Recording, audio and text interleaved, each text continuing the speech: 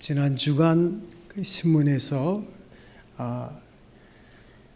많은 사람들에게 특별한 감동을 줬던 그런 기사들이 있습니다. 국내 배달 웹 1인 배달의 민족 창업장 김봉진 의장, 그의 나이가 45입니다.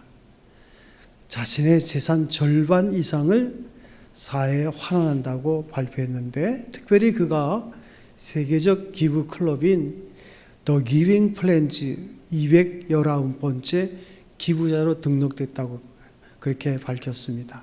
이 The Giving Pledge는 세계 최고의 부자인 워런 버핏 회장과 빌 게이츠 마이크로소프트 창업자 부부가 2010년 함께 설립한 자선 단체입니다. 적어도 이 클럽에 이제 가입하려면 10억 달러, 재산이 한국 돈으로 1조 원 이상이 되는 사람만이 가입할 수 있고, 또 그 재산 절반 이상을 기증한 사람만이 가입하게 돼 있어요. 그러니까 김 의장이 219번째 기부자로 한국이 첫 번째 가입자가 됐는데, 아시아 국가 중에서는 중국, 인도에 이어서 7번째입니다. 현재 이 자선단체에는 24개국 218명이 참여하고 있는데, 그 중에 75%가 빈손으로 시작해서 불을 일군 소위 말하는 자수성가형 억만장자들입니다. 김 의장의 재산은 약 1조 원대에 이른다 그래요. 그래서 이 중 절반 이상이면 5천억 넘게 기부하게 됩니다. 김 의장은 그 서약서에서 저와 저의 아내는 죽기 전까지 재산의 절반 이상을 사회에 환원한다고 밝혔어요. 기부를 결심한 이유는 그가 전라도 어느 지역에서 태어났는데 어렸을 때 너무 가난하고 어려웠어요. 고등학교 때는 손님들이 쓰던 식당방에서 잠을 잘 정도로 넉넉하지 못했고, 가정형편에 예술대학을 나온 제가 이만큼 잃은 것은 하나님의 축복과 운이 좋았다는 것으로밖에는 설명하기가 어렵다, 그런 말로 대신했습니다. 김 회장은 2017년에도 100억 원을 기부를 해서 이제 많은 사람들에게 이제 귀감이 드는데, 최근에는 카카오 설립자 김범수 이사회 회장, 그의 나이가 55입니다. 자신의 재산 절반 이상을 또한 사회에 환원하기로, 그래서 사회 문제 해결에 기부하겠다고 이제 밝혔습니다. 그의 재산은 평가액만 10조 원이 넘어요. 그러니까 총 기부액은 5조 원 이상일 것으로 예상이 됩니다. 우리 대한민국은 한때 6.25 직후에 가난한 나라였어요. 세계 최빈국이었습니다. 그래서 대개 60, 70대 이상의 분들은 진짜 돈 버는 게 삶의 목적입니다. 가난을 벗어나는 게 삶의 목적이에요. 어떻게 하든 우리 자식들을 잘 키워가지고 저들이 사회에서 명망 있는 삶을 사는 것. 그러니까 돈 버는 게 목적이고, 집 사는 게 목적이고, 또 사회에서 명성을 또 명예를 갖는 게 목적인 그런 삶을 살았어요. 그러나 여러분 아시기 바랍니다. 시대가 바뀌고 있어요. 많은 젊은이들은 목적이 바뀌고 있어요. 진정한 목적, 그들의 삶의 목적은 삶의 의미가 무엇인가. 물론 여전히 아파트 사고 뭐 사고 그런 게 목적이 되는 사람도 있지만, 좀 더 삶을 의미 있게 지내야 되지 않겠나, 그런 의식을 가진 젊은 층들, 새로운 세대가 도래하고 있는 거예요. 그러니까 그의 돈 버는 게 목적인 9세대의 우리들과 신세대가는 엄청난 갭이 있는 거예요. 여러분, 분명한 것은 목적은 절대로 구체적이 될 수 없다는 것을 알아야 합니다. 돈도 자녀도 지위도 명예도 절대로 그것이 궁극적인 목적이 될 수는 없는 거예요. 우리는 잘못 알고 있었던 거예요.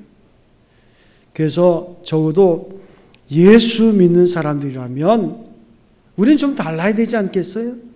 우리 신앙 고백 가운데서 첫째로 우리가 고백하는 것이 무엇입니까? 인생의 제일 목적이 무엇이냐? 하나님을 영화롭게 하고 그를 기뻐하는 것이다. 이렇게 목적을 세워놓고 있습니다. 이 뜻을 깊이 새겨야 합니다. 추상적인 이야기로 들리겠지만 지극히 현실적인 이야기예요. 작은 일이든 큰 일이든 하나님을 영화롭게 하고 그를 기뻐하는 것 아니고는 절대로 내 생의 목적이 될 수 없습니다. 저는 교육자이기 때문에 사람들의 임종을 지켜볼 때가 많습니다. 임종하는 분을 만날 때마다 공통적으로 느끼는 것이 뭐냐면 신앙이 있고 세례도 받았지만 임종할 때가 되면 굉장히 초조해합니다. 불안해합니다. 그 이유가 무엇이겠어요?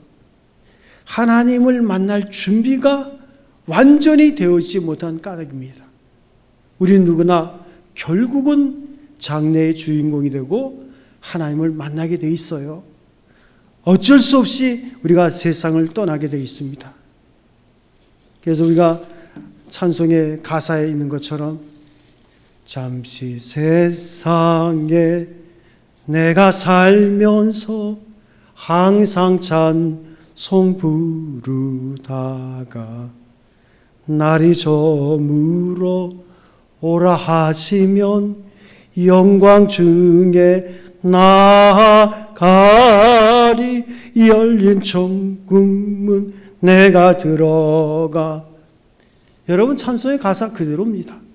잠시 세상에 살다가 때가 되면 날이 저물면 하나님이 오라고 부르시는 거예요. 그런데 중요한 것은 그때 우리가 영광 중에 나아가야 되는데 그렇지 못하다는 거예요. 준비가 덜 돼 있어요. 그래서 하나님을 만나긴 만나야 되는데 그래서 초조한 거예요. 세상에 나와서 이것도 하고 저것도 하고 다 해봤지만 이제 와서 보니까 다 부질없는 것입니다. 정작 문제가 되는 것은 바로 이 시각이에요. 내가 주님을 어떻게 대할까? 절박한 종말의 시각에 고민하는 것을 봅니다. 이건 결코 남의 얘기가 아닙니다. 우리는 이 시각에도 하나님을 만나야 되는데 우리가 정식적으로 공식적으로 하나님을 만나겠다고 이 시간 예배에 나와서 예배하는데 진짜 우리가 하나님을 만나고 있나?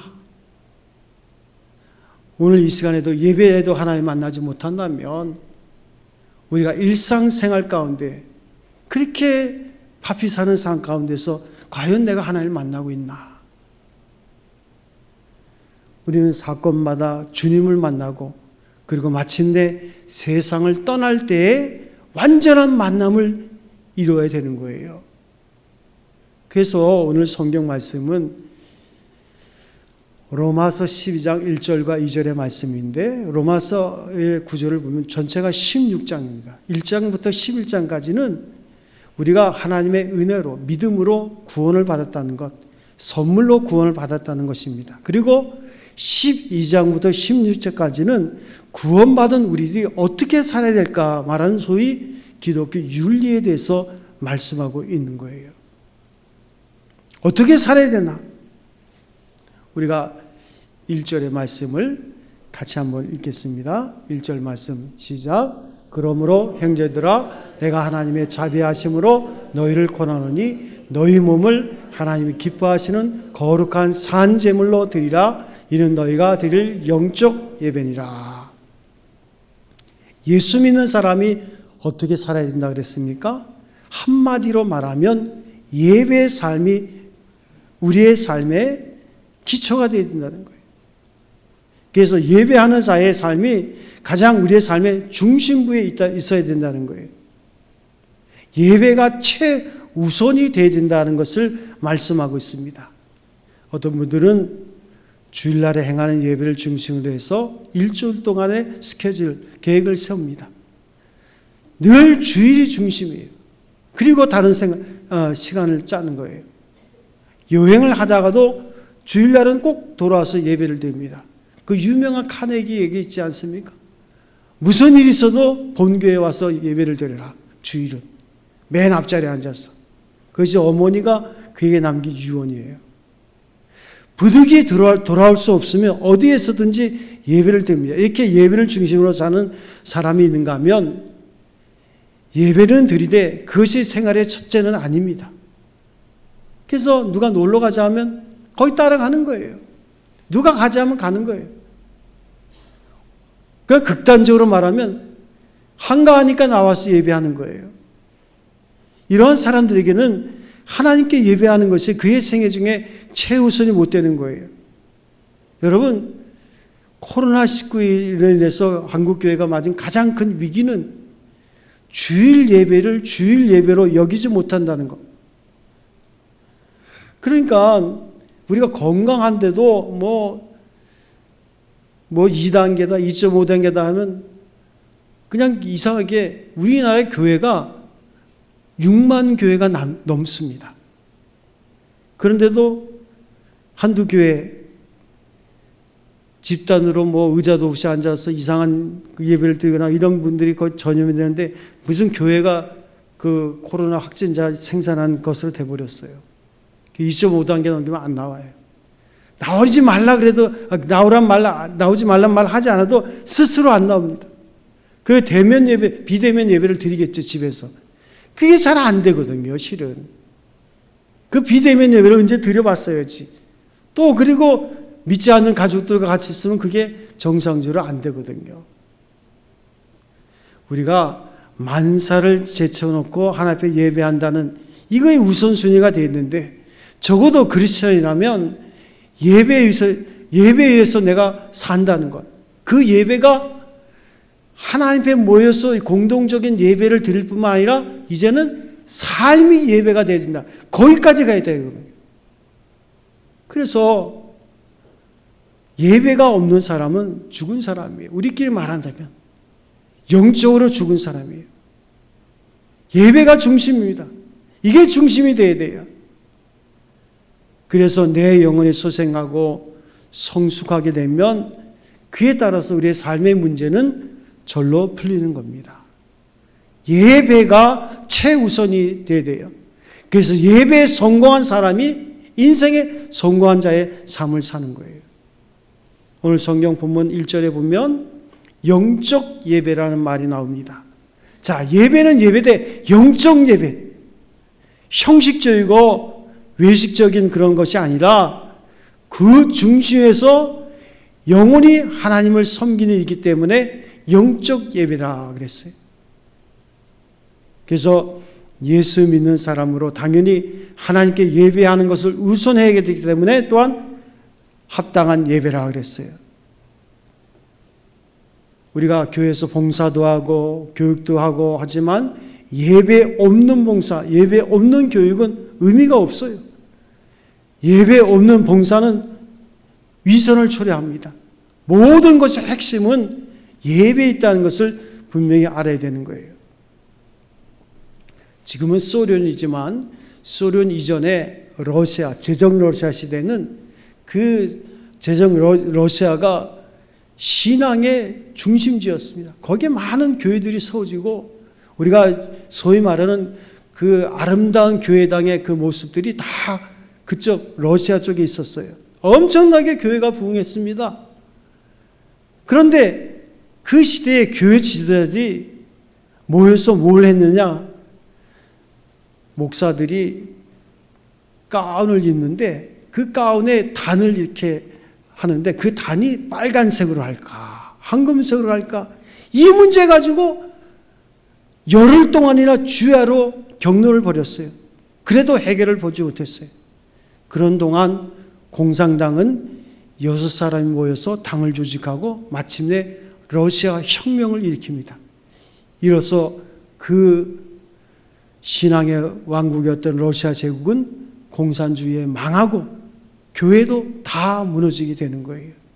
옷단이 붉으면 어떻고 황금생명 어떻습니까? 쓸데없는 것 때문에 예배가 혼돈해진 거예요. 예배는 성령과 진리로 드리는 거예요. 영적인 것이지 형식적인 것이 아닙니다. 그리고 늘 예배는 종말론적인 거예요. 하나님을 만나야 돼요. 마지막 끝에서 하나님을 만나듯이 우리가 이 예배에서 하나님을 만나야지만 진정한 예배가 되는 거예요. 구약은요, 그 예배의 시초가 제사인데 실감이 있습니다. 왜냐하면 구약에서 예배를 한다는 것은 제물을 가지고 나온 거거든요. 그 제물을 가지고 그 제물 위에 손을 얹고 안수하고 그 제물을 말 그대로 산 제물을 죽여서 드림으로 피가 튀고 고기를 나누고 기름을 그리고 위에서 하늘에서 불이 내려오고 뭐 이런 게 실감 있는 예배가 됐었어요. 근데 신약에서는 예수 그리스도가 우리의 모든 죄를 담당한 어린 양이 되셔서 그 은혜에 대한 감사, 그 감격. 그래서 신약의 예배는 찬양이 오늘 우리의 삶이에요. 찬양이라는 것은 뜻은 뭐냐면 하나님의 이름을 높이는 거예요. 기도할 때도 우리가 찬송할 때도 그리고 말씀을 들을 때도 하나님의 이름이 높임을 받는 이런 축제의 예배를 드리는 것이 신약의 예배입니다. 그래서 예배는 찬양과 하나님을 섬기에 있어서 말씀을 들으며 섬기고 찬양하며 섬기고 기뻐하며 섬기고 말씀 순종하면서 섬기는 이것이 진정한 예배예요. 그래서 우리의 마음속에 하나님을 예배 높이는 그 찬양의 기쁨이 넘치는 거예요. 적어도 이 시간 모여서 하나님 예배할 때 마음에 그 기쁨이 감격이 넘치는 이 세상에서는 여러 가지 방법으로 하나님을 섬기지만 하나님 나라에서는 요한계시록 보세요. 그 하나님의 보좌 앞에 가까이 천사가 있고 순교자가 있고 장로들이 있고 그의 모두가 다 하나님을 찬양하면서 하나님을 기쁘게 예배하는 것을 우리가 볼 수 있습니다. 그 찬양으로 어두운 권세가 물러가는 거예요. 그 어두운 권세를 우리가 이기게 되는 거예요. 그래서 어떤 분의 그런 이야기가 있어요. 부부간에 주일날이 되면 같이 부부 동반으로 예배를 드리러 가는데 예배 드리고 올 때가 문제야. 올 때 큰 차 안에서 그 아내가 잔소리가 많아. 당신 뭐 어쩌고저쩌고. 그래서 어느 주일날 교회 나갔다가 집으로 돌아왔는데 그때 그 아내가 막 잔소리를 늘었는 거예요. 시비를 자꾸 거는 거예요. 견디다 못한 남편이 대꾸를 했다가는 싸움이 될 것 같고 또 이야기가 길어질 것 같으니까 그 남편이 찬송을 부릅니다. 내 평생에 가는 길 순탄하여 늘 잔잔한 강 같든지 큰 풍파로 무섭고 어렵든지 나의 영혼은 늘 편하다. 내 영혼 막 이렇게 찬송 부르니까 그 아내가 옆에 있다가 째려봅니다. 그래도 굳세게 2절까지도 부른 거예요. 저 마귀는 우리를 삼키려고 누가 마귀인지 모르지만 이 벌리고 달려와도 그러니까 아내가 좀 잠잠해요. 근데 3절을 부려요.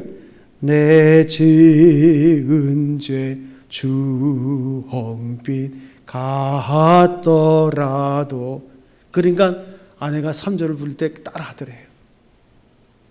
2절까지가 문제입니다. 잔소리를 들어가면서 끝까지 한 절을 부르기가 쉽지 않아요. 그런데 우리는 이 찬양으로 모든 절망, 모든 어둠을 다 이길 수 있는 거예요. 이 예배하는 마음, 예배하는 자의 마음으로 우리가 살아가는 거예요. 오늘 성경의 12장 1절에 보면 그러므로 그랬습니다. 이 그러므로 하면 뭐예요?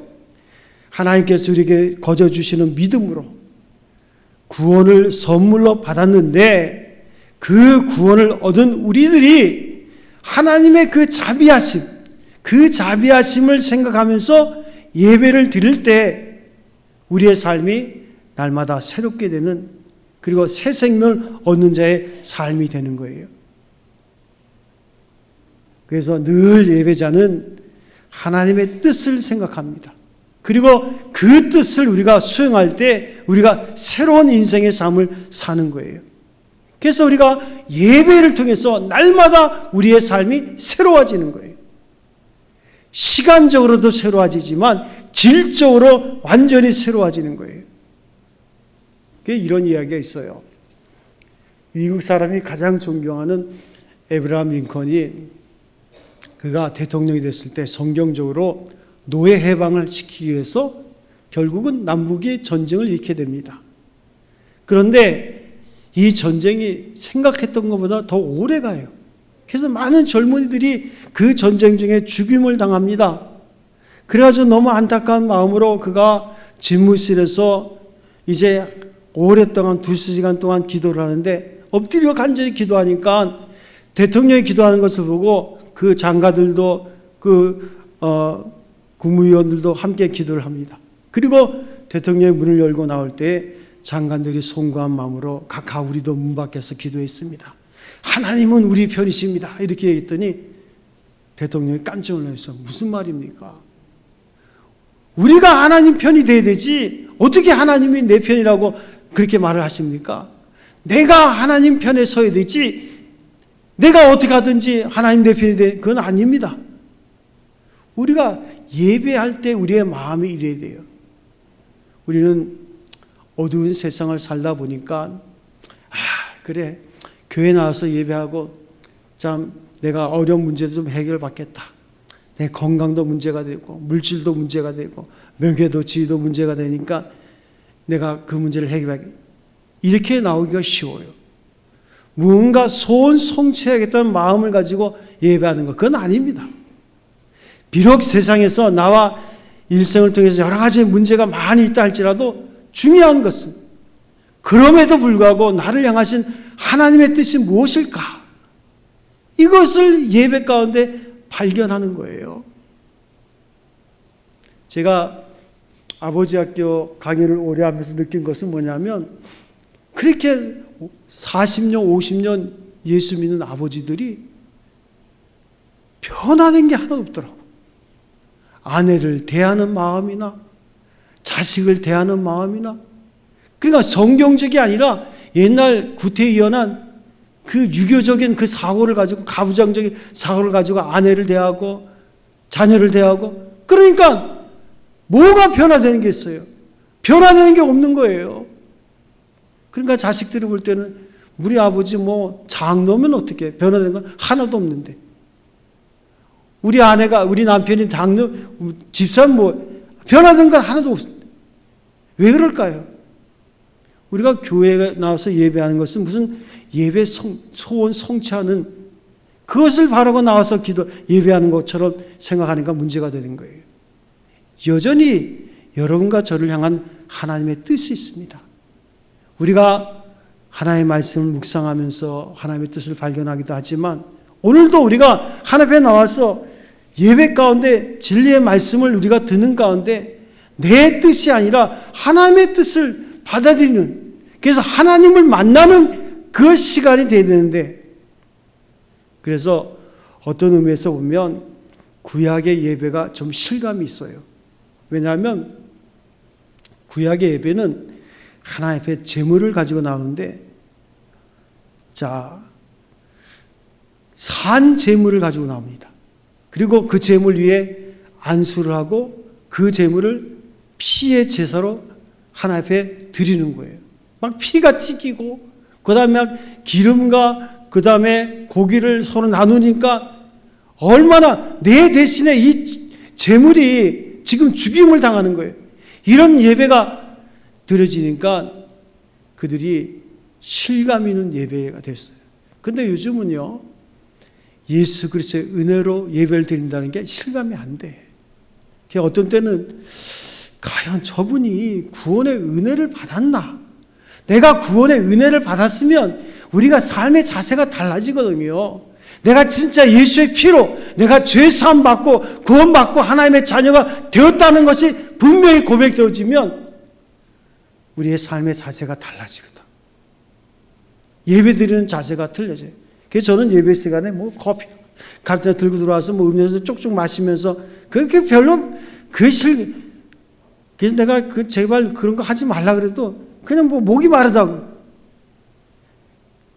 딱 제가 설교하는 시간이 20분에서 30분인데 그 시간도 집중하지 못하고 그냥 뭐 그러니까 무슨 말씀이 들어오겠어요? 말씀이 깨달아지지 않는데 은혜가 되겠습니까? 그러니까 구약의 그 예배를 보면 제물을 드릴 때 제물이 온전한 제물을 드립니다. 흠이 없어서는 있어서는 안 돼요. 또 전부를 드리고 부부를 드리는 것이 아닙니다. 우리가 하나님 앞에 예배할 때도 우리의 전부를 드린다는 그런 마음을 가지고 우리가 하나님을 예배되는 거예요. 이것이 기본이에요. 또 한 가지는 물량적인 것이 아닙니다. 하나님께서는 그 가정의 형편에 따라서 예물을 받으신데 부유한 자는 소를 드리고 좀 더 못한 사람은 양을 드리고 좀 못한 사람은 양의 새끼를 드리고 그보다 더 가난한 사람은 야생 비둘기를 잡아서 하나 앞에 드려요. 그것도 못하는 사람은 곡식을 빻아서 소제를 하나 앞에 드리는 거예요. 문제는 정성이에요. 티 없는 정성입니다. 재물이 양이 아니라 무엇보다도 정성껏 드리는 거예요. 그러니까 하나님 앞에 나올 때는 의복부터 달라지는 거예요. 여러분 결혼식 때 갈 때는 제일 좋은 옷 입죠. 우리가 하나님 앞에 나올 때 가장 좋은 곳으로 나와야 돼요. 헐렁헐렁해서 나오는 게 아니에요. 하나님 앞에 나오는 자세가 분명히 달라야 돼요.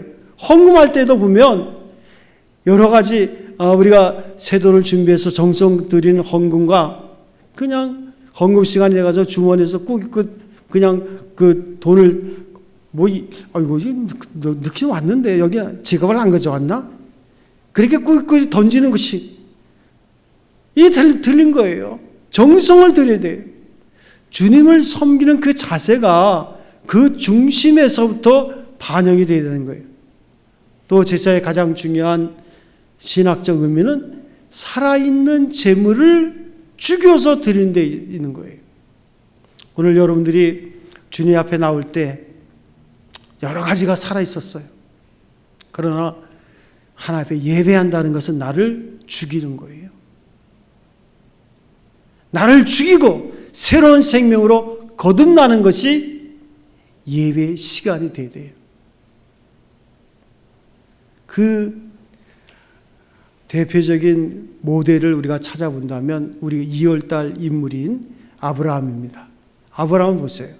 그도 문제가 많은 사람인데 결국은 100세의 아들을 낳고 그의 신앙이 완전히 바뀌죠. 그런데 하나님이 그 아들 이삭을 하나님 앞에 드리려 할 때 그는 새벽에 그 아들을 데리고 모리아산을 향해서 갑니다. 그리고 그 제단에 아들을 포승해서 드려요. 이 아브라함도 위대하지만 이 이삭도 참 믿음이 좋아요. 아버지가 하라는 대로 하는 거예요. 그만큼 아브라함은 자녀에게 신앙의 본이 된 거예요. 칼을 들어서 이삭을 제물로 드리려 할 때 하나님께서 급하게 아브라함아! 그를 부르시면서 그 하나님을 만류하시고 순양을 준비해 놓으셨어요. 여호와 이레. 그 순양의 뿔을 처음 잘라서 분 게 바로 양각 나팔이라고 수요 예배 때 제가 말씀드렸어요.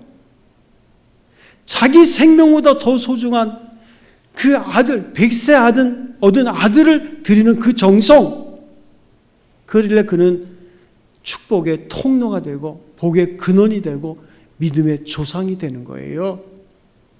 예배 바른 예배를 통해서 우리가 믿음의 조상이 되고 축복의 통로가 되는 거예요. 저는 그 김봉진 45살밖에 안 된 그 어찌 보면 청년의 때를 조금 벗어났는데 5천억을 기부하는 하나님이 내게 복을 주셨다. 그 가정이 믿음의 가정이라고 저는 봅니다. 그 부모로부터 신앙을 잘 배웠겠죠. 그러니까 돈 버는 게 목적이 아니라 삶의 의미를 부여하는 목적을 가지고 인생을 사는 거 아닙니까? 또한 하나님께서는 우리의 상한 심령을 기뻐하십니다. 우리의 상한 마음을 하나님께서 받으시는 거예요. 그래서 예수님께서도 기도를 가르칠 때 그 바리새인이 하나님 나는 하루에 일주일에 2번 금식합니다. 10의 1조를 정확하게 드립니다. 이 기도를 받으신 게 아니라 세리가 가슴을 찢으면서 하나님 나는 죄인입니다. 울부짖던 그 마음을 하나님께서 받으신다고 예수께서 말씀하시는 거예요. 우리가 예배 때 이런 마음이 있어야 돼요. 또 마리아의 희생입니다. 옥합을 깨트려서 예수님의 발을 씻기는 그 비록 작은 성성이지만 하나님께서는 그것을 받으시는 것을 볼 수 있어요. 그러니까 예배에는 보이지 않는 아름다운 희생이 있는 거예요. 나를 완전히 죽이는 거예요. 그리고 다시 그리스도 예수 안에서 내가 새로운 생명으로 탄생하는 것이 진정한 예배가 되는 것입니다. 그래서 오늘 성경은 말하기를 1절에 너희 몸을 거룩한 산 제물로 드리라. 이 몸이라는 건 라이프, 우리 인생입니다. 우리 몸을, 그러니까 우리가 예배를 통해서 우리의 삶을 죽이라는 거예요. 내 소신대로 사는 게 아닙니다. 내 경험대로 사는 게 아니에요. 내가 그리스도의 십자가의 은혜를 생각하면서 오늘 사는 거예요. 그래서 삶이 예배가 되기까지 우리가 공식적인 예배에 성공하면 결국은 우리의 삶도 예배자의 태도를 가지고 살게 되는 거예요. 거기서 우리는 생명 있는 자의 삶을 살게 되는 것입니다.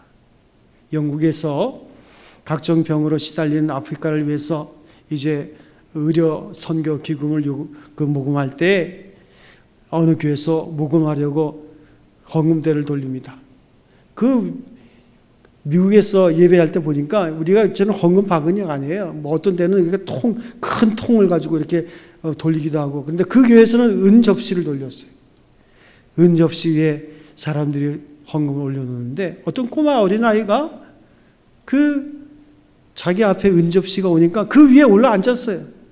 그래서 아니 왜 너 거기에 올라 앉았니 했더니 그 아이가 하는 말이 저는 돈이 없어서 제 몸을 바칩니다. 바로 이 아이가 커서 위대한 아프리카의 성자 리빙스턴 선교사가 되는 것을 봅니다. 그는 그리스도를 위해서 자신의 인생을 고스란히 바쳤어요. 이런 사람들만이 재물이 되는 것은 아닙니다. 가정에서나 직장에서나 무슨 일을 하든지 그 중심에 그 목적, 그 뜻이 나를 하나님 앞에 제물로 바친다는 여러분 삶의 목적이 분명해야 돼요. 그 목적이 의미가 있을 때 그 목적이 내 삶을 이끌어가는 거예요. 거기에 하나님이 계셔야 돼요. 하나님을 만나는 중심적인 예배가 있을 때 우리의 삶은 의미가 있게 되고 기쁨이 있게 되는 거예요. 그래서 여러분 복잡한 문제가 있습니까? 풀리지 않는 수수께끼가 있습니까? 해결할 수 없는 번민과 고민해가 있습니까? 그 원인은 오직 하나. 나를 온전히 하나님께 드리지 못하기 때문이에요. 온전한 예배를 내가 못하고 있기 때문이에요. 그래서 비록 내 자신이 어떠한 모습을 하고 있든지 하나님 앞에 내가 죽어지는 산 제물이 될 때 그 예배를 통해서 우리의 삶은 새로워지는 거예요. 전혀 다른 사람으로 살아가게 되는 것입니다. 우리는 매 주일마다 하나님 앞에 예배를 합니다. 또 때로는 수요일만 금요 기도 또 새벽 기도도 있지만은 그 예배 때마다 살아계신 하나님을 만나시고 그리고 내가 아니라 내 안에 거하시는 성령의 인도하심 속에 나는 죽고 그리스도 예수가 내 안에 사는 그 믿음 안에서 너희 몸을 하나님 기뻐하시는 산 제사로 드리라. 이는 너희의 드릴 영적 예배이라. 이 말씀이 여러분의 삶 속에 살아서 귀한 열매가 되는 성도 여러분 되시기를 주님의 이름으로 축원드립니다.